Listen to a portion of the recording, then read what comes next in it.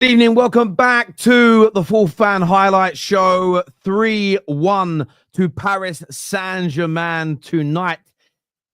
And it was a fair result. They were the better team by a country mile in actuality. We're going to break that down for you, take your opinions, put your thoughts out there with the second leg next week. Barcelona rampant tonight at the Camp Nou, 4-0 victors over Borussia Dortmund.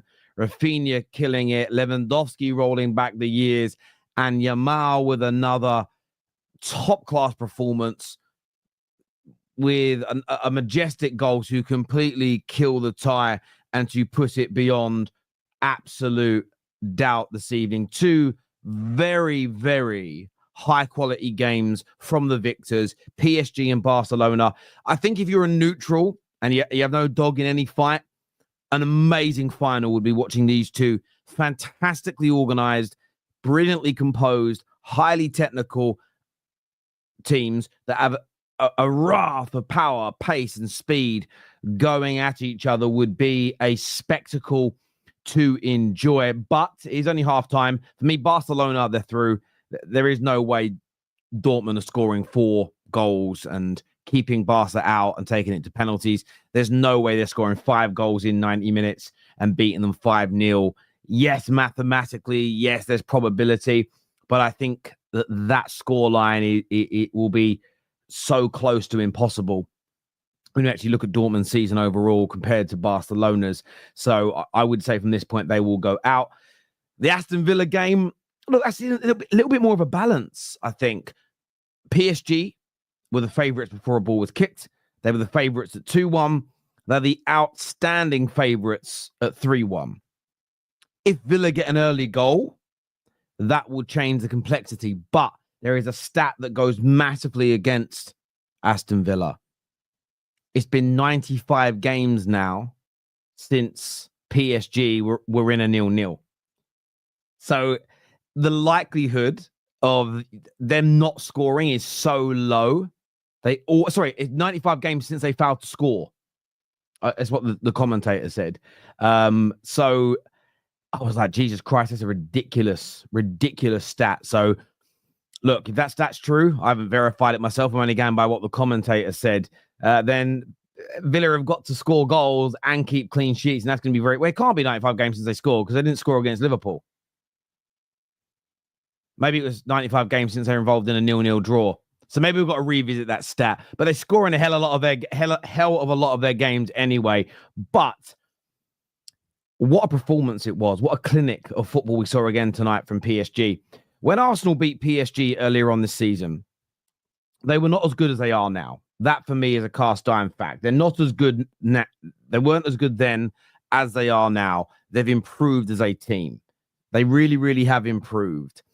One of the things I love away from the technical element, which is what everybody will gush over, which will be is the obvious thing, is the technical ability, the quality players, the world-class goals. But the work rate of this side is exemplary. Doué tonight, who scored an absolute wonder strike at such an important time for PSG, just after Aston Villa scored. And we'll get onto the goals in a minute. But what stood out to me more than his goals, but there was a moment in the early part of the second half where Marcus Rashford had the opportunity to counter, and he was running at the fullback on the left-hand side. And it was Doué who was back there, tracking back, hunting him down and helping to win the ball back. And it made me think about PSG of 3 years, 4 years, 5 years, 6 years ago. And I don't mean this as an insult. I'm just talking about the culture at the club and the types of players they were going after, the kind of Galactico approach, as it's been kind of colloquially termed. There was this element of there's no way Neymar's and Messi's and Mbappe's and co were tracking back and putting that work in. That a couple of years ago would have been lots of one-on-ones with a fullback, which is why I think one of the reasons why, not the only reasons, but one of the reasons why we would often see PSG falter in so many Champions League knockout fixtures over the course of a decade or so. And they have such a fantastic work rate and shape out of possession. So many times tonight when Villa had the chance to counter, PSG would get themselves back into position. Now, that all being said, I thought Villa's game plan was correct, but there were some mistakes from Unai Emery tonight that I think have to be called out, that we have to discuss. I think Onana, unless I'm missing something, I would have liked to have seen Onana start the game as an example. I think Onana, when he came on, you saw a little bit more energy, a little bit more power in that midfield. I thought that taking off Cash at halftime was ridiculous. Now, I know people are going to go down but he was booked. Go and do your research on how many players on yellow cards actually end up being sent off. The percentage is so small. He was actually doing quite well against Kvaratskhelia.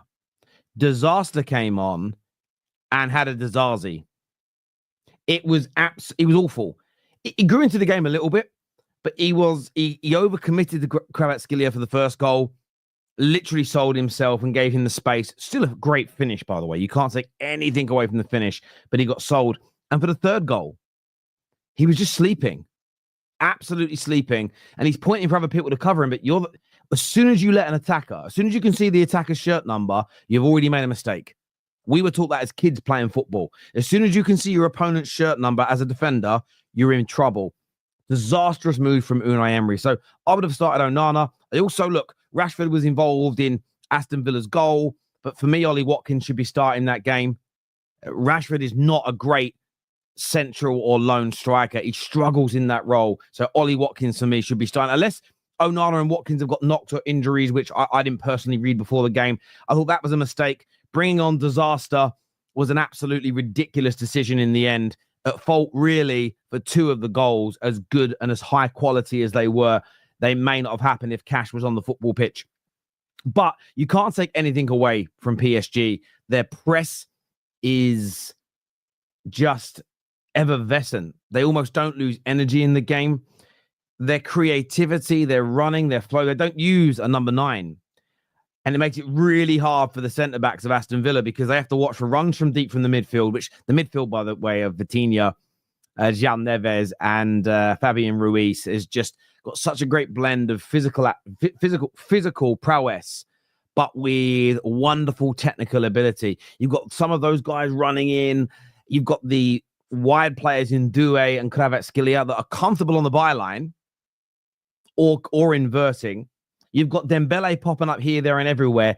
It's a nightmare. It's like trying to mark the red arrows. There's movement. And they listen, Villa did a good job, though. As great as everything was, Villa did a really good job of sitting in a low block, allowing very little space, getting blocks onto opportunities. And then Aston Villa, they caught them on a counter-attack. Ball very well won by John McGinn. A good bit of play involving Rashford, the ball out wide to Tielemans, and it was squared. And there he was, Morgan Rogers. Brilliant season, puts it away. They got the lead. Perfect. The problem they had after that point, Villa, is they just couldn't hold on to it long enough. They nearly conceded where the ball hits the post, it's the goalkeeper, and Emi Martinez stops it from going in. And then within a minute, Doué has scored an absolute wonder strike. Maybe Rodgers could have got out to him a little bit quicker, but it was such a fantastic, beautiful strike. Keeper could do nothing about it, crossbar and in. And then, as I've already alluded to, they were still in the game massively, Villa. I think bringing on Disaster was a problem. He overcommits to Kvaratskhelia that twined him, rolled him. And then, listen, I've been a fan of Kvaratskhelia for a long time now. And when he was at Napoli, just pipe dream, of course, but I wanted Man United to get him. There's a player that a lot of you youngsters won't remember called Chris Waddle. And the commentators tonight mentioned him. And I'll say it again, yeah, he is like Chris Waddle. And just go and Google how good Chris Waddle was. Go watch footage of him. A phenomenal football player. He might even be better Kvaratskhelia, if I'm being honest. And the goal was out of this world and it was deserved. But then Aston Villa kept themselves in the game. They didn't panic. They didn't lose their shape. They were offering something on the counter. And I thought 2-1 was a decent result to take back. And then in the last couple of minutes, maybe because there's only 3 minutes of time added on, sort of switch off for a moment. Disasi, I don't know what he's daydreaming. He's ball watching, he's daydreaming, he's thinking about what he's watching on Netflix later. I don't know what he's doing. He just lets Nuno Mendes, who for me right now, over the course of this season, I can't think of a better left back. Genuine. There'll be some people that say Miles Lewis-Skelly, but no, Nuno Mendes as the left back is amazing. Brilliant touch and control. Takes it around the keeper. I'm going to sneeze, by the way. Oh, excuse me. Takes it around the keeper, makes it 3-1. And it's a massive uphill task now for Aston Villa. But they are at home for the second leg. which I think is hugely beneficial. They'll need a very, very early goal. Their fans are going to have the night of all nights. It isn't over. It's just unlikely from this point. They've got to score 2, maybe 3 goals. They've got to keep Paris Saint-Germain out. And do you know what's really dangerous about PSG?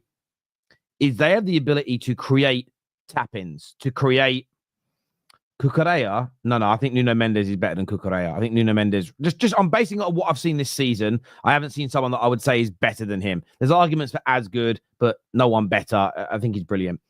For me, what I like about this PSG team is they can score tap-ins, as we see them do against Liverpool. It was essentially a tap-in, a very well-worked goal for a close-range effort that they scored from. But they can score bangers. And if you go back to the Liverpool game, they were so close, home and away, from scoring 4 or 5 absolute screamers in those games. And their attackers have that ability to, as I say, to create those tap-ins, to create those pullback goals, those simple goals in all essence. Very well worked, very well structured, but simple finishes, really, rather than simple goals. Simple finishes. Can also score screamers, and it's why it's so hard to stop them from scoring, because you can keep them on the edge of your box. And I actually think some of their players love it. They've got players that love taking a long-range effort, and they'll just keep doing it all night. And at some point, one of them is going to bend into your top corner, and it just happened tonight twice. In fact, all 3 goals, really, for PSG were of a very, very high quality. But look, the second leg, I wouldn't say it's in the balance. There's a chance of Villa, but we will see. As ever, I want to get your thoughts. I want to get your opinions now in the comment section below. Joshua Jack here says, I know you want the Unai Emery Arsenal storyline, but PSG and Arsenal need to run it back because this isn't the same team they beat earlier. On Barca, I think right now they have got the best front 3 in the world. Let me break all of that down. Yeah, look, listen, PSG Arsenal, I think, is a much more attractive, potentially historical semi-final. And the football fan in me would prefer PSG Arsenal from this point. The Premier League fan and the content creator, just for the story, because stories play a part in football, would be the Villa Arsenal one. But I agree with you. I would like to see that run back. I would like to see them go at it again to see, one, how much PSG have improved. I also think from an Arsenal point of view, Joshua, that defensively they've been impeccable this entire Champions League campaign by and large. And I don't think it was a fluke how they beat PSG. And it would be a very hard game to call. I think if people hate PSG, they'll say Arsenal win. If they hate Arsenal, they'll go, yeah, PSG got it. But for me, I think it would be a very, very close game. The attacking edge would definitely go to PSG. The defensive edge, I think, would go to Arsenal. But the press from PSG is what I'd love to see up against Arsenal, that are amazing at that themselves. So, yeah, it would be a phenomenal semi-final. Inter versus Barcelona looks like will be the semi-final on the other side, which is intriguing to me. I think it's fair to say they've got the best front 3 in the world. I think PSG would push back and argue against it. I mean, listen, Arsenal probably won't want to get into that fight right now, but they have a DM player and a striker that's doing pretty well himself. But yeah, Barcelona and PSG left in this tournament would want to have that argument. But I think with Lewandowski, because you've got that number 9 element, it gives you a little bit of a different dynamic. But yeah, those attacks are amazing. They really, really are amazing. So thank you, Joshua, for that super chat there. Jay here says Madrid will beat Arsenal 5-0. Maybe they will. Well, listen, we're only talking about what's likely from this point. But Arsenal have still got to go and get a job done. PSG have still got to go and get a job done. I'll say this about both those sides. If PSG and Arsenal, with respect, go to their second legs and think it's done, think it's over, think it's easy, they'll lose. Barcelona being 4-0 up, I think, is a little bit different. And they're not playing a team, especially when you look at the Arsenal-Real Madrid example. Borussia Dortmund are not Real Madrid. Do you know what I'm saying? They don't have the same quality, the same prowess, the same any of that. But even Barca will still want to be, I've still got to be professional and work hard. But it does feel, again, if you're a betting man, 3 of the semi-finals should, from this point, be done. It would take maybe the biggest collapse of all time for Barca to lose. Arsenal's would be an absolute gargantuan one. And even PSG's. I mean, PSG, they've never shaken that label of being Champions League bottlers if they end up losing 3-0 to Aston Villa after taking a 3-1 lead. They really, really will. Yamal for the Ballon d'Or. I was thinking about the Ballon d'Or award during the game. And I was thinking, forget what you've got to do with the Ballon d'Or is be sensible and brave and forget your own subjectivity for a moment. Because the Ballon d'Or, we all know, is... I don't even want to say it's flawed. We just know the process of picking a winner. Typically, you've got to have won your league title and or a major international or European tournament. So you very rarely see a person who hasn't won the World Cup, hasn't won the Euros, or hasn't won the Champions League win it in recent years. Unless they've won their league title in a massive country and scored an ungodly amount of goals. So I was thinking about that earlier. Who do we think? Because Mo Salah was in the running, but the way Liverpool went out of the FA Cup, the way they went out of the Champions League, with Salah not putting in great performances in the Champions League. And look, he's going to sign his new deal, it looks like now. We're actually going to cover that in the morning on the Football Terrace. And maybe he'll have a good end to the season. But if the end of his season has been as poor as the last few weeks, he won't win it.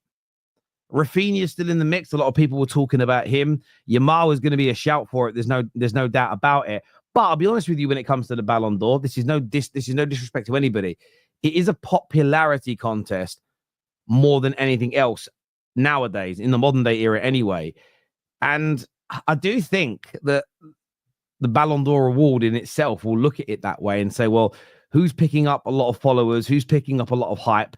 Who's picking up a lot of fans around the world? Let's get them in. Let's push that person. Even if they might pick Yamal, and he might deserve it, by the way. I think he's phenomenal. But I do think popularity is going to play a big part because they want eyes on the tournament. But I don't personally think there is any one outstanding candidate at this particular moment. I think in terms of it's got to be him. Nobody else can win it. Point blank. I think it's quite open, which is nice. Which I think is really, really nice. Someone here says Dembele is a fraud. That's a really weird. He's had a brilliant season this year. There's no doubt about it.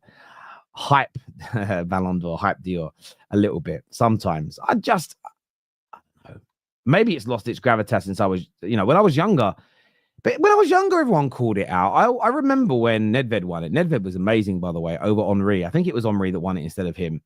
And I just remember the outrage back then. I used to work in this pub when I was doing all my fighting. I used to work in this pub to earn a bit of extra money. There's a lot of gooners that drunk in there. And I remember these grown men were fuming that I'm reading with it.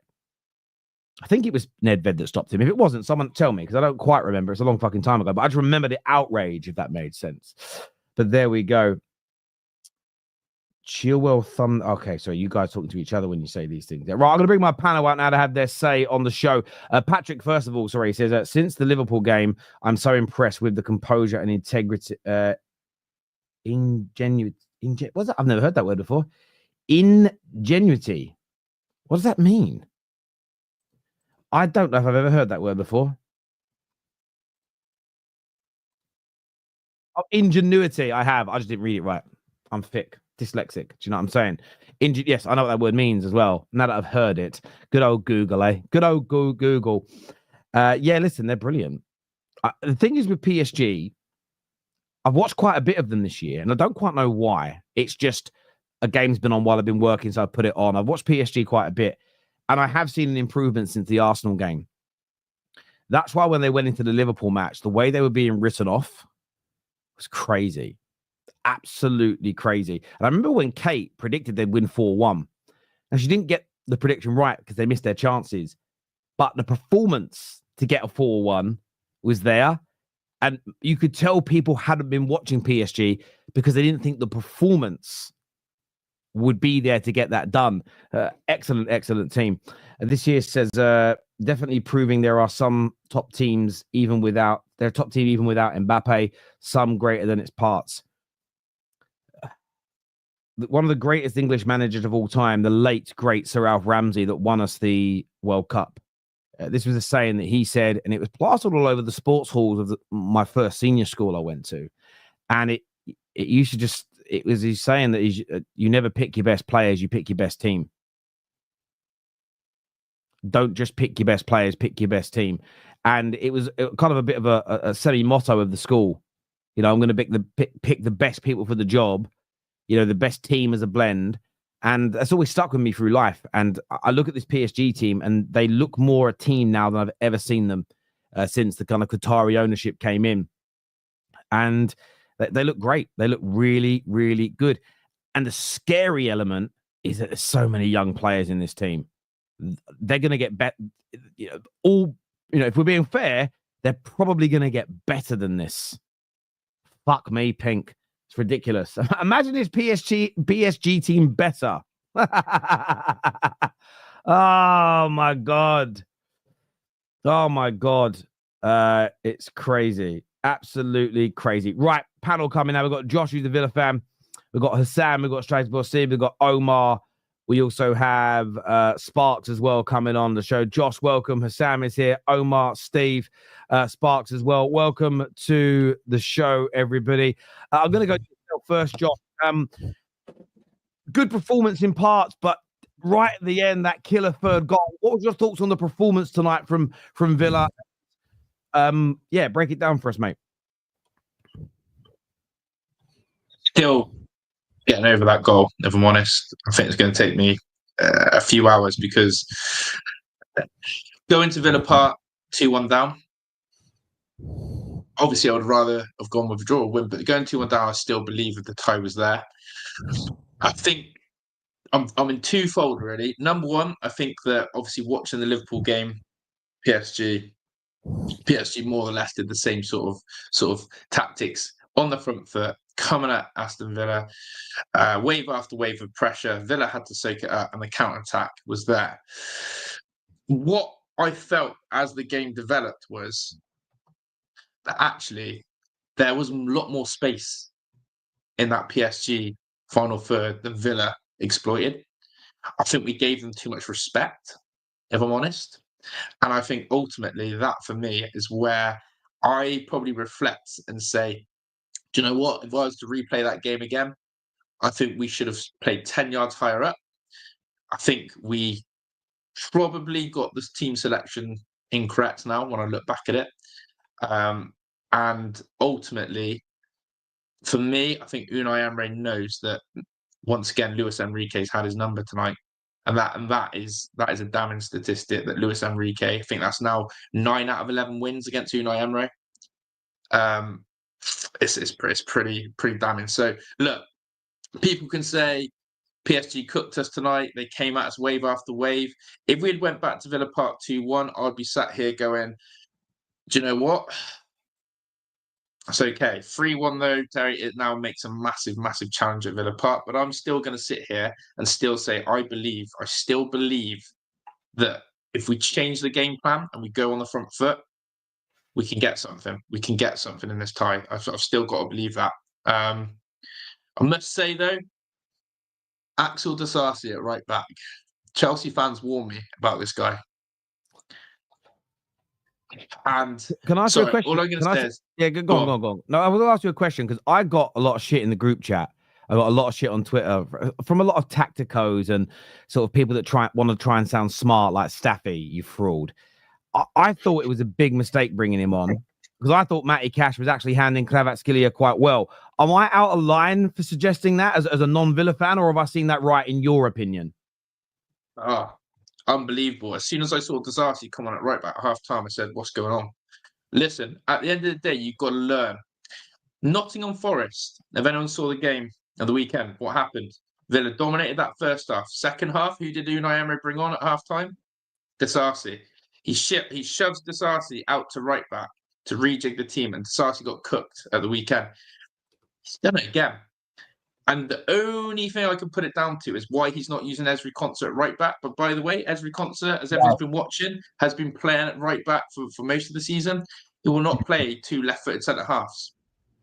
He will not play Tyrone Mings and Pau Torres at centre-back. For me, that's the move. Disasi got absolutely cooked and embarrassed for that goal. and it's shameful. And I thought, as soon as I saw that, it was a tears. So you're right on that. The only thing, Terry, is Cash is on a yellow card, and I don't know how people feel about this. But do we not need to trust players more? Do we not need to trust the temperament of professional footballers more? Bro, do you know what's mad? Right, there was an incident with Man United about 4 years ago where Fred was on a yellow card. He should have got sent off. Really, he headbutted someone. He got booked. I don't know how he didn't get sent off. And Man United fans said take him off because he's on a yellow card. He then, in the second half, makes a yellow card tackle, and everyone went at Ole Gunnar Solskjaer like crazy, including me. And then I was listening to, I think, TalkSport the next day, and the percentage of players that get booked who get a second yellow to be sent off, it was like 97% don't get a second yellow card. So fans that have this notion of, okay, he's been booked, get him off. The only time I believe in it is if they're booked, they make another tackle where they, oh shit, they might get sent off. Then you get them off quickly. But this notion that because they're booked, they've got to come off, I think it's weird. 97%, I remember hearing, it may be a little bit less, might be a bit more even, but it's a high 90% don't get a second yellow. I don't get the panic. I think it depends a lot on which player you're talking about, right? Matty Cash, for me, he statistically, you got the stats on your side, Terry. It's a low percentage of yellow to second yellow, but we talk about like I don't know. If you're an insurance company, you have certain clients or customers that are higher risk than others because of previous, right? So with Cash, and he was getting a bit chippy. Like I don't necessarily blame him. I think what Josh said was spot on about Konsa at right back was the move to make. Yeah. Go back 3, maybe you change up the shape or something. But if you're gonna bring off, because he was getting a bit chippy, he was doing some fouls. Although towards the end of that half, he could have slid on Vada, but decided not to. So I feel like it depends a lot on the player. Some players are just higher risk than others because some of them just play more intense or more physical. I do get that. I do look. Yeah. Maybe moving. I definitely remember Cash getting sent off in his career. Like he's definitely got a little bit of a rep for it. So maybe it wasn't the right decision in hindsight. Yes, you have to go off. You have to go off sort of the previous game again. I'll go back to that Forest one. Yeah. A game changes. The motion of a game changes when you know it, guys. When you change something in your defense. Yeah. The stability that you lose and the unsettled nature in your back line is absolutely massive, whether it's a forced change or not. It happened at Forest. We cut the first half. Second half, we were under the cosh for most of the game. We've done it again. Yes, PSG were very dominant in that first half, but what's frustrated me is I just wanted my manager to trust Matty Cash for at least 15 minutes. Just give him the first 15 minutes, 20 minutes, see through that game, see what happens, go forward. Now, and you know, I'm interested to know what you guys think about whether Unai Emery got it right or wrong in terms of his approach to this game, whether he should have gone more attacking. I don't think he got it wrong at all, I'll be honest with you. I think this is like, it's just PSG have way too many difference makers. That Désiré Doué goal, we're going to see that like replayed in Champions League previews for the next 10 years now. The guy that was just an absolute banging goal, to be honest with you. That was just pure individual quality, pure individual talent.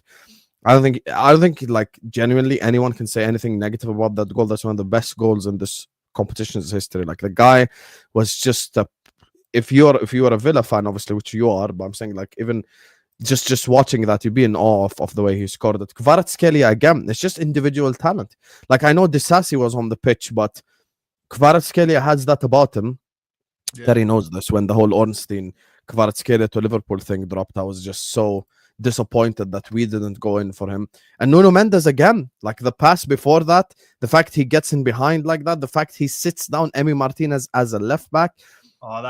Here's what separates PSG from the rest of the clubs remaining in the Champions League. They have one thing separating them specifically from everyone else, not just Aston Villa. They have superior technical quality to every single team.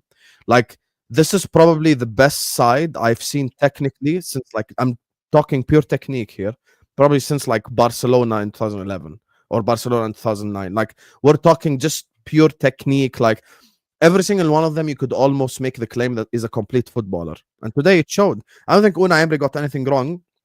I do agree with one thing you said. So that might be something you got wrong, which is if I was in his place, I would have kept Matty Cash on. I would have trusted him instead of playing Disasi at right back, because I think that's a disaster waiting to happen right there. However, I will say this tie is not over yet because we got knocked out by PSG, incapable of finishing our chances in the first 25 minutes. If Villa do have their shooting boots on and they got, Rashford firing, Watkins firing, whoever, they could still do it. Is it like highly likely? Probably not, but it's still possible.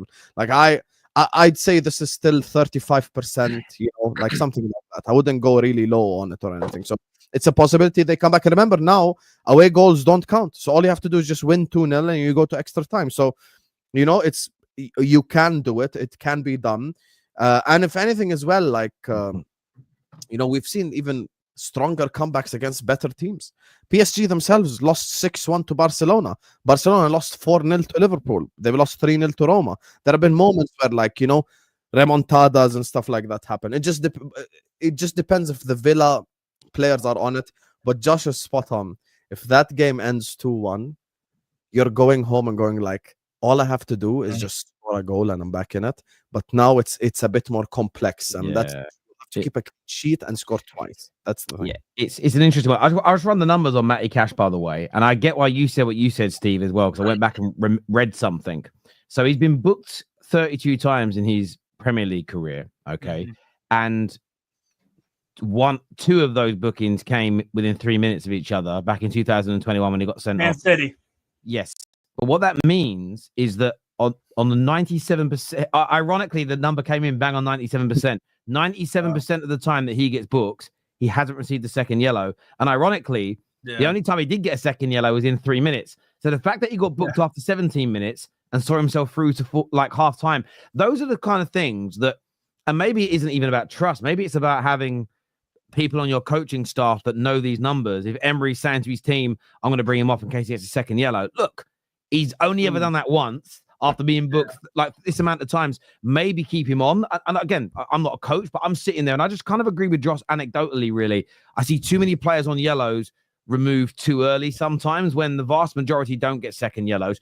But look, he is up against Kvaratskhelia, so I understand the sort of pressure that these individuals are. And it's a UCL quarterfinal for Villa for the first time in. No, of course, I understand that.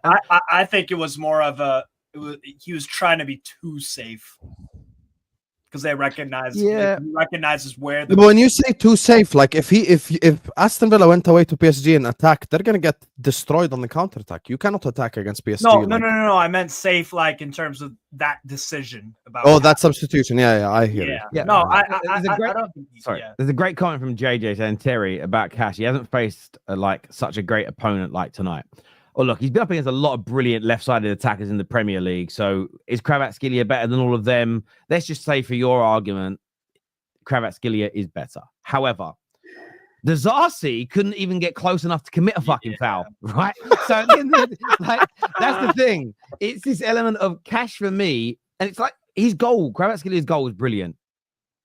But I still felt like Disasi just sold himself, if that made sense. The way he committed to it, he made it kind of easy.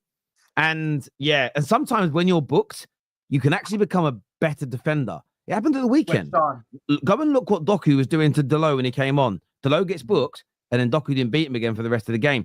You don't go in as hard. You often make the attacker make the first move because you can't afford not to. And the mad part is that's how you're meant to defend in the first place. It's you wait for them to basically blink first. But I do get the point made. I wanted to ask you one other question, Josh, before I go to Omar about Barcelona. You said that you made some mistakes with the starting lineup. What changes would you have made to the starting 11 if you were able to go back now? Onana for McGinn would have been my number one. So John McGinn, I think I've been sort of waving this flag for a while, is that for us to progress and develop, we have to stop being sentimental. Just because John McGinn was in our championship squad and has led us from, that plight of getting promoted through the playoffs to the Champions League journey to play him, he simply does not, for me, add the quality in technically. The amount of loose passes John McGinn gave away in the middle of the final third was horrible. But not also that, but I think if you look at that PSG midfield, a powerhouse in there, and Onana. When Onana came on, don't you remember that moment? He had that drive all the way forward. He picked up the ball and he powered through there. And I thought, okay, we haven't had that all game. We've looked leggy. You know, you think about Kamara and Yuri Tillemans in there. Well, again, Kamara and Tillemans, all same physical stature, all same sort of types of players in that sense. So I would have gone Onana. The other one that I'm toying with is I think Marcus Rashford, again, had a really difficult task of playing as that number 9 today. Yeah. If you look at how we scored our goal and where Rashford sort of played, he kept drifting over to that left-hand side where he naturally likes to play. So for me, I would have done something a little bit roguer, and I would have played Asensio as a false 9 today. I would have dropped him in as an extra body in that midfield. I would have dropped him in as that pocket of space, and I would have probably let Rashford give us that more width. I felt Villa lacked today. Yeah. Rashford can't play number 9. As a United fan, I love Rashford. I wanted him to kill it tonight because that's going to add some money to his value, right? I wanted him to do it. But as soon as I saw him in that 9 position, Watkins on the bench, I also, it's mad. I feel like we're in each other's minds. I thought Onana should have started. I didn't pick who for, but I thought Onana should have started. And I just think Unai Emery made those mistakes. But that's where maybe you can take a little bit of hope for the next leg. That if he gets that right, and you can get an early goal, it's the Champions League. Who knows? The one thing I would bring back to Champions League football, though, I'm not going to lie, I really think we've got to start bringing away goals back. I think away goals change. The only thing I would change is that in the second leg, away goals don't count in extra time because it means that the team in the second leg that are away get an extra 30 minutes to score an away goal. But I really miss away goals because it changes the dynamic of losing 3-1 because it's an away goal, as an example. I really Inter Milan last night winning 2-1. I don't think youngsters understand how big a result that used to be in Champions League football. I would personally like to see that come back. I kind of miss it because that would change things a little bit. Even though away goals are still great now, it used to just feel like wow, you got an away goal. It had such a big feeling to it. It was crazy. Omar, obviously, I think it's better to keep without away goals, though, because the jeopardy is bigger and now teams have to attack. Like, that's just the reality. Teams have to come out now and attack and actually try to win games of football. I think the problem that we've had and this comes back to the whole blame Pep thing. The problem over these last 15 years, and if we're being completely honest here, what started to become a trend is essentially the weaker team would just park the bus against the stronger team, and it just became it kind of became attack versus defense way too many times. That's why I think away goals being scrapped is a good idea. And maybe it's nostalgia. I just remember away teams often being a little bit braver because if you got that away goal, it was so valuable. But yeah, it's a nostalgia might be creeping into my mind there. Omar, a massive win for Barcelona tonight. No one's guaranteed a place in the next round. Even Arsenal fans really and truly are keeping themselves as humble as possible. Most of them are. But 4-0 up against Dortmund. Rafinha today. Yamal again. Lewandowski. You guys were absolutely amazing. You must feel very confident now of being in that semi-final. Yeah, I think the job is done, to be honest. I do believe in this team. I know we're going to say, oh, yeah, Barcelona, they've said that in the past and all of this. I kind of look at it more of how good we play today, and also I kind of look at Dortmund as a team, how they're playing, right? Defensively they're not good, and I think that even if we play them next week, they're gonna try to come out and maybe try to give themselves some hope, and we can just hit them on the counter and get another goal in the away leg, which is basically just gonna kill the tie. But as far as today's game was concerned, I wanted a 3-0. I wanted us to kill this game off in this first leg because the thing is with Barca is that the fixture pileup we have is ridiculous. We have to play on Saturday, literally, right? We have like three more days, and then we'll play on Saturday, and then we're back on Tuesday, right? So I kind of looked at it and I was like, listen, at the end of the day, I just want to come out. I just want these guys to just give it their all today, get the big win, so that whatever happens in the second leg, we can kind of rotate and maybe not go just as energetic in that second leg as we would need to. But what an amazing performance today that was, right? Like you just mentioned, Yamal today, absolutely amazing. But Lewandowski, really apart, his finishing is the only thing he has now, really, right? Everything else, I feel like, he's really been past it now for a while, but his finishing, his shooting, like that has still not lived. His positioning in the box, you remember even that second goal, right? Getting to where he was. Even guys like Fermin, I wasn't really impressed with them at all, but he got the assist today. Great performance from him. I was happy to see Ansu get back on the pitch today for the first time in 3 months, right? This is the first time he's playing finally. I would say the only downside I would say for me in the game was I wanted to see Yamal and Pedri get taken off earlier. You understand what I'm saying? Because these guys have been overworked to death, Terry. Like since the international. Are you wearing shades because you beat Dortmund? I wish. Omar wears shades all the time. To be fair, I wish stream with this guy like all the freaking time. So I've been wearing. You know what, Hussam? I've been wearing shades ever since John Cena turned heel. Fair enough. Okay. I So yeah. By the way, the fixture congestion that you described is just a Premier League club's regular life. Like it's just so regular to us. Playing 3 days a week for a whole month. That is ridiculous. Like we are welcome to the Premier League, baby. Yeah, we do it all the time, and nobody moves the fixture for us. For me, the biggest problem that I have with the squad is listen. I get it, right? Fixture congestion. This is not even the first time Barcelona have been in positions like this. Like we've won the treble 2 times, right? And to win the treble, that means you have to be on in every single competition, right? For me, the issue that I have is that I would like the manager to trust his squad a lot more in times like this, because one thing we have is a very young team, right? Like in the start of this injury, in the start of the season, we had so many injuries in the squad, Terry. Like half of our squad was already hit with injuries, right? So we have a lot of injury-prone players in this current squad. And for me, I just think Hansi Flick should have trusted his team and also try to protect the players who we know are integral to what our ambitions are for the rest of the season, right? Yeah. We're trying to win. We're trying to compete for all competition. We're still in the Champions League. We're in the Copa del Rey final. We're in the quarterfinals, or basically 1 foot in the semifinals of the Champions League. If we're serious about trying to win the Champions League, we need to make sure that we keep guys like Yamal and Pedri, who are important to their positions in the squad, right? Keep them healthy, right? Don't overwork them. Like in the weekend when we played Betis, Yamal was gassing out. Like you could see it. Like he was tired. He couldn't even run anymore. And I was like, it's things like that I don't want to see. Like when we're winning games, when we're comfortable, take them off, right? Rest them for the next big game, right?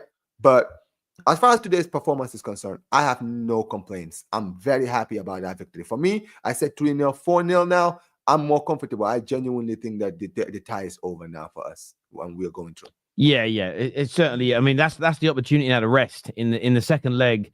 You probably shouldn't see those guys on the football pitch. You can play. You should actually be playing them in your La Liga game, because obviously you got a 4-point gap, but you want to make that. You might make with the way Real Madrid are losing games at the moment. You might be able to make that a 7-point gap this weekend. You can rest for the Champions League game. But yeah, I think you're through as well with it. I don't even think that's a disrespectful thing to say. Dortmund are not that good. That's the thing, Terry. Yeah, if you look at like even Steve will tell you, because he watches the Bundesliga. They're defensively, they're 8th. They're literally 8th in the Bundesliga. There you go. We beat them earlier this season in the Signal Iduna Park 3-2. So that's the thing, Terry. We've already beaten them in their home stadium. You're absolutely through. There's no doubt about that whatsoever. Interesting super chat here from AMT. He says people need to stop the Kane praise. Start talking about Lewandowski. He's 36 years old. I'm going to say this, right? When you say stop talking about Kane and praise, Lewandowski, AMT has been praised higher and rated higher than Harry Kane for the past 10 to 15 years. Yeah. And nights like tonight are exactly why. In the pursuit of major trophies, Lewandowski, not just tonight, but for the best part of well over a decade, he has consistently scored in Champions League games, Champions League knockout games. I think he's one of the highest goal scorers in Champions League history, if I'm not mistaken. He's one of the highest goal scorers in the season that he won it. So this man doesn't just have longevity and great ability and wonderful and loads of great stats. Lewandowski is one of the greatest Champions League strikers ever. He's also led the line and been integral in winning the tournament. I'll be honest with you. if anybody ever puts Harry Kane above Lewandowski, your view of football is Trust me, warped. Terry, trust me, On Terry, ability, they're on not ability, true. great, but football's never been judged solely on ability Terry, ever in the history of the game. Terry, Lewandowski clear by a country mile. next time you see Will, ask him that question. Next time you see him, ask him. Well, Will don't know what he's talking about. Then it's just it's crazy. No, I'm just saying, just ask him next time when it comes to the Kane Lewandowski talk. See what he says. Yeah, Lewandowski is on ability they're close, but on on stats they're close. But on the most important metric, how integral have you been to winning the trophies that you're in a team to win? Right, Lewandowski leaves him for dust, and Kane. And the thing is, Kane should have left Spurs 5, 6, 7 years earlier. He was an absolute fool. I often get, but you know, if Kane had been at a bigger club, well, fucking leave then. Don't sign a new deal. Right. Like, at the end of the day, if a footballer's career, who's a really good young footballer, Yamal, if Yamal's career falls off because he decides to eat too many burgers and drink too much beer, that's not Saka's fault for ending up with a better career than him. That's Yamal's decision making. If you decide to stay at Tottenham for a decade, more fool you. That's it. You get one career in football, and he done himself. But he had a chance the last 2 years, Harry Kane. Yeah, I mean, that is true. He ain't doing that's it. what I've always used in the Champions League. To the Kane Lewandowski talk. I've always said this to people. I'm like, listen, at the end of the day, what's his name? He was at Dortmund. He won the league over there. But guess what? Even as well as he did at Dortmund, he had to leave Dortmund to go to Bayern because he wanted to basically cement his legacy, right? Yeah. And then when he was done with Bayern, he joined us because that's the kind of guy he is. He likes to challenge himself, right? Yeah. With Harry Kane, he was just happy to just be, he just wanted to be that guy to, win them their first trophy in a long time, back where they need to. And I get that. And the thing JJ says here, Terry are the only English YouTuber pundit that is honest about Harry Kane. The rest are so biased. Look, Harry Kane is one of the only attackers that I have ever come across who's put into the elite bracket and compared to the names of all the greats that we've all witnessed in the last 30, 40 years. He's the only one. He's going to win a Bundesliga this year. So that helps. That helps you. Well, probably, right? Probably going to, right? Probably going to. That helps his cause. There's no doubt about it. But for years, he was put above people that had delivered in some of the in close title races, massive cup games, huge Champions League runs as an example. And I find it to be, it's always offended me because of those greats. I look at, we talk about the Champions League tonight, so I'll give you an example. What Steven Gerrard did in the year that they won the Champions League, that is how legacies are born. When we actually think, and there's a handful of players like Matt Letizia and the like from that era where people go, oh yeah, really, really good. But when you think about all the players from 20, 30, 40 years ago that we all talk about now, who are the ones that you still see that are lauded as gods of the game who weren't who were being brilliant but not winning things whilst being brilliant? Alan Shearer won the Premier League as an example.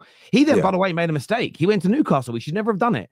He should have gone somewhere else. Like Newcastle fans love him. Alan Shearer's career, especially on a European level, legacy would be bigger having done that. But that's why Harry Kane fans offend me, because we try and put him on a pedestal that he doesn't have the credentials to enter. He has the ability to be there in the stats. But if you want to sit in the club with the legends of this game, you've got to have won some of the things they have. And look, the league in Germany, if he wins it this year, is the start of that. But at the same time, I just think about all the other great strikers and what they've done in the FA Cup, the Premier League, the Champions League, or whatever league they're in. You've got to deliver like that for me. And he just doesn't do it enough. By the way, Terry, can I just add to your point, right? When it comes to Shearer, you do remember, I'm sure you remember this, but when he moved to Newcastle, back to Newcastle, he was actually being linked to Barcelona. In fact, he was Barca's first option before we went and signed R9. People forget we actually wanted Shearer. It was Shearer that was supposed to be our striker for South of Eruption, right? but yeah, but what's his name decided See, to? But he decided to return. These are the kind of comments that you get there, right? So Stu here says, "Fuck me, Boniface has a Bundesliga, Terry. So does whoever that guy is." Yes, but nobody is trying to put Boniface and this other dude into the same category as the Suarez's, as the Lewandowski's, as the Is Boniface better than Kane? Rooney's. Boniface on a bit. No, Kane's a better football player than Boniface. Absolutely. So this is the thing for me. It's people always do this. It becomes a polarized conversation because I don't think if Harry Kane scored a goal in every match in a Champions League campaign to win it, that wouldn't make him a better football player than R9. That isn't the argument that is being made. And I think everybody knows that, but they like to try and they play Mr. Reductionist. I'm talking about splitting hairs of the best of the best. Harry Kane on ability and goals is right up there. But when it comes to like segregating the best of a generation or in the history of English strikers or the history of European strikers, I look at it and go, Kane has got a lot of the attributes you need. But where are those brilliant cup runs that led to trophies? Where are those brilliant end of season, last 10, last 15 games where you just absolutely obliterated your opponents? So many of the other legends have that, if not all of them. For me, the problem with Harry Kane is he's the one player who defies logic. And this has never ever happened before in football history. And I'm saying this as someone who watched the sport for like almost 20 something years now. I haven't seen a footballer be so good on an individual basis but have literally no success. Like we have seen players, even like, you know, who might even be just a tier below Kane's ability or whatever. We've seen players play in like bad teams and stuff, at least have something, whatever it is, Carabao Cup, FA Cup, whatever, just one thing, you know. The thing with Harry Kane that defies logic is he has absolutely nothing. That's the problem. Like, and that's what I think. Like, even me, as someone who doesn't use trophies to compare individuals, even I understand why Harry Kane might not want to be put. But it isn't the trophy in itself. It isn't the trophy though in itself. It isn't the trophy in itself, because the trophy in itself can be won by Jonathan Greening. This man has played in the 2015 League Cup final, Champions League final 2019. League Cup final 2021, Euros final 2020, German Super Cup, they put it on this list in 2024, and the Euros final in 2024. And it wasn't even that he didn't score, he didn't turn up in those games. Now, someone will go, but Nor's Henry. But I saw Henry deliver, for instance, in other knockout games, but I saw Henry deliver in title races. So I'm not saying you have to tick every single box, because you can always find something that a player hasn't won, or, oh, Henry didn't score in finals. But we're talking about this man has barely been in a title race to have delivered in them, has barely scored in semi-finals, has never delivered in a final. That's fine. I'm happy to put him in the elite category of strikers in terms of ability and stats, but he's down the bottom. He ain't going above people that have scored similar amounts of goals, but have also been brilliant in finals, like Didier Drogba's, who's also done it in multiple like league title run-ins, like your Andy Coles as an example, you know, like Mo Salah is doing, like we saw Aguero do. I mean, like even Gerrard in 05. Gerrard, and this is it, and this is why for me, when people go, you can't use trophies, it's like, no, you are dumbing the conversation. You can use trophies when you're the one who dragged them to that. Or you're integral in winning. Yes. Like Jasper Blomqvist is not a better winger than David Ginola because he was part of the treble winning team. No idiot would make that argument. No one would make that argument. And nobody would even make that argument about Giggs being better than David Ginola purely based on the trophies he's won. You look at loads of factors, but they play a part. And we know they play a part. Because when you think about the legacy of a Gerrard, as an example, when you think about all these great things these players done, most of the first things that come to your mind are all the goals in finals, semi-finals, or in run-ins that helped you win trophies. You're actually thinking about the trophy in your praise of those players. It's such a weird conversation for me. Don Vito here says, Terry is the same guy who creams over Arsenal players who have never turned up in big moments to win trophies. When have I tried to put this Arsenal team as a collective, or any of these Arsenal players, into a legends bracket? So you've just done yourself there, Don Vito. I haven't done it, and I won't do it, because nobody gets into that club without the admission of those trophies. Van Persie, listen, I would sign Van Persie over Harry Kane every single day of the week. The one thing Harry Kane has over Van Persie is the availability. Outside of that, if you could give me on both in their pomp, I am picking Van Persie out of the two of them every day of the week. I'd pick Drogba as well over him, 110%. But now you're going too far when you say Danny Drinkwater, but there we go. Steve, what are you here to say, mate? Nah, I just want to talk about Paris Saint-Germain. That game, I felt like I never felt like, even though PSG conceded to Rodgers, I never felt like it was they. I think everybody talks about obviously the technical ability and the work off the ball and they're well drilled to win the ball back so quickly. I think that their mentality, they're not fazed by anything. They weren't fazed by the Liverpool 1-0.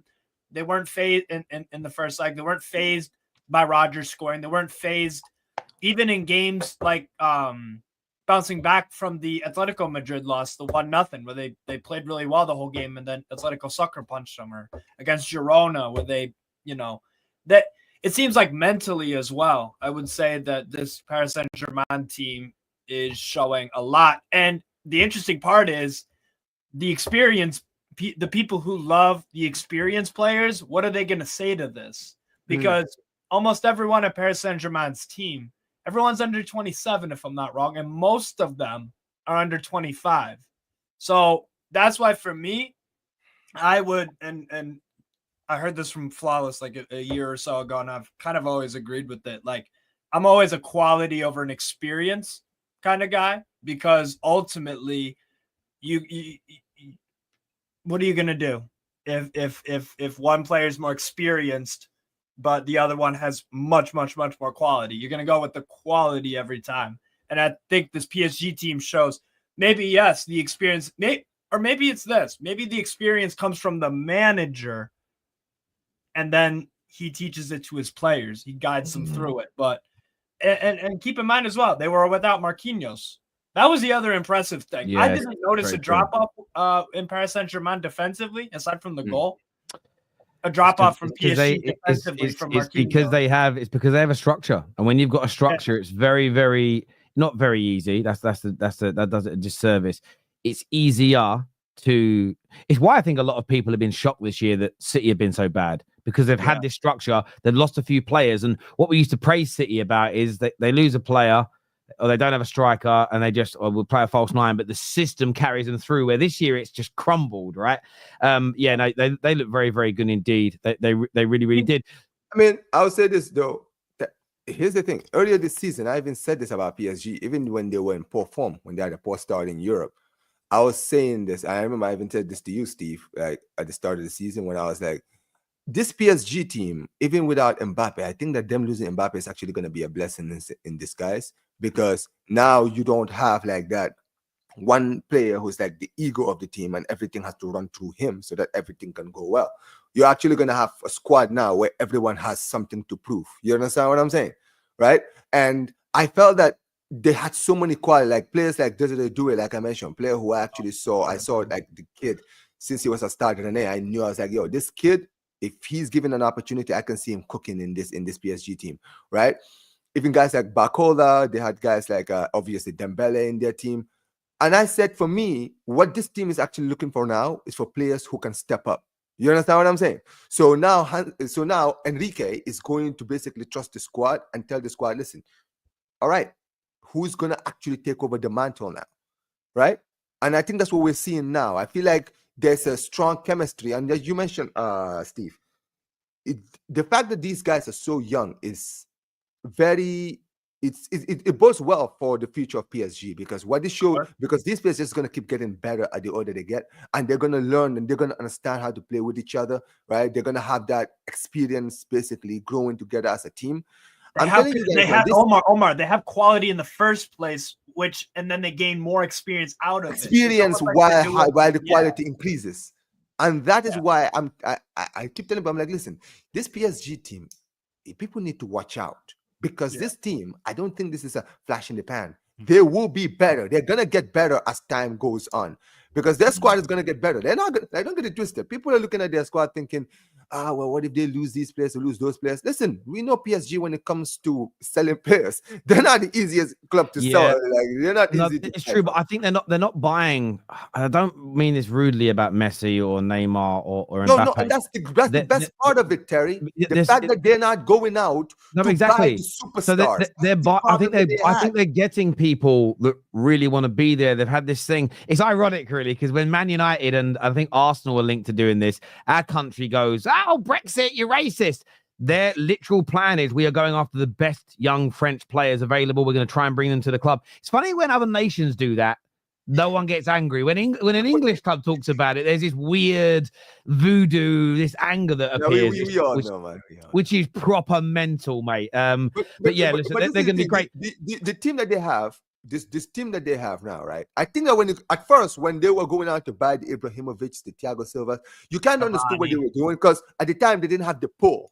So they were trying to basically make themselves kind of, irrelevant in Europe so the teams can realize, okay, PSG is an option that we can go to, right? And listen, buying guys like Neymar, Mbappe, having Messi, Ramos, all these guys, yes, it gave them that pull now where now teams, players now can look at PSG as an option. All right, we can actually go there. You understand what I'm saying, right? They have a good squad, they have a good team. And I feel like now, because now they have that pull, now they're like, all right, we're not going to do the superstars thing. We're not going to buy the big names now. Well, now we're actually going to go out and buy young players who are going to fit the system. No, Omar, I agree with you. Sparks, because I'm just slightly running out of time here. Sparks, what are you here to say, mate, tonight?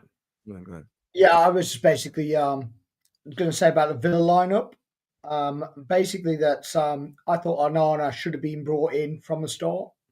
I think everything should have been progressed around holding a midfield structure, basically holding the ball up and keeping the ball a little bit better, because everything that they did was kind of a flash in the pan, trying to get a counter-attack and giving the ball away, or actually getting dispossessed, and you've got an attack coming back towards you anyway. So I think that they should have had more structure. They should have just basically just held it off. I think McGinn should have been sacrificed to them and should have played in his position. And yeah, they should have just literally tried to contain the play a bit more and keep hold of the ball, and they'd have progressed the field automatically from that point of view. I think from a yellow card point of view, where you were talking about Matty Cash, I think it depends what you get the yellow card for, right? Because I don't think that was actually a yellow card at all. And I think that I think we saw with the Miles Lewis Skelly one and other ones in Europe as well, if it's given as a soft yellow card rather than a hard orange card, as they say, I think you get a bit more liberalism and a little bit more. You can make a few more challenges, and you can be a bit more aggressive than just get sent off straight away. So I think they just look at it a little bit better off. I agree. But yeah, the way you kind of said it, I think if they just took a 2-1 back, I think that'd be perfectly fine. 3-1's a struggle for me. And yeah, all right, the away goals rule taken out and whatever is it kind of takes away from it anyway. But I think it's going to be a struggle, to be honest. I think it's going to be very hard for Aston Villa now. They're going to need a very early goal. They're going to need a little bit of luck. But I'll be willing them on. I'll be willing them on to do well and see what they can produce. But look, ladies and gentlemen, another fantastic night, in my opinion, of European football. I feel like the Champions League this season is really kind of saving the season from someone who consumes the Premier League primarily. It's entertaining and there's some jeopardy, some brilliant teams. So phenomenal year in the Champions League so far. I want to thank Omar. Congratulations for your team going through. I want to thank Steve and Sparks and of course Sam and Josh that were on with us earlier. I want to thank the super chatters and everyone who's tuned in. This is going to redirect you to Hassam's channel. He's going live now, so go and support him, please, people. We're back tomorrow with some big sort of transfer stuff in the morning. Mo Salah's new deal, we're delving into it. Reaction in the afternoon, and then it's match reactions. Chelsea are on at 5, and then Man United and Spurs at 8 o'clock. So a busy day on the terrace tomorrow. So looking forward to seeing you all back here tomorrow. Until next time, take care. Goodbye. God bless, and I'll see you all again soon. Peace.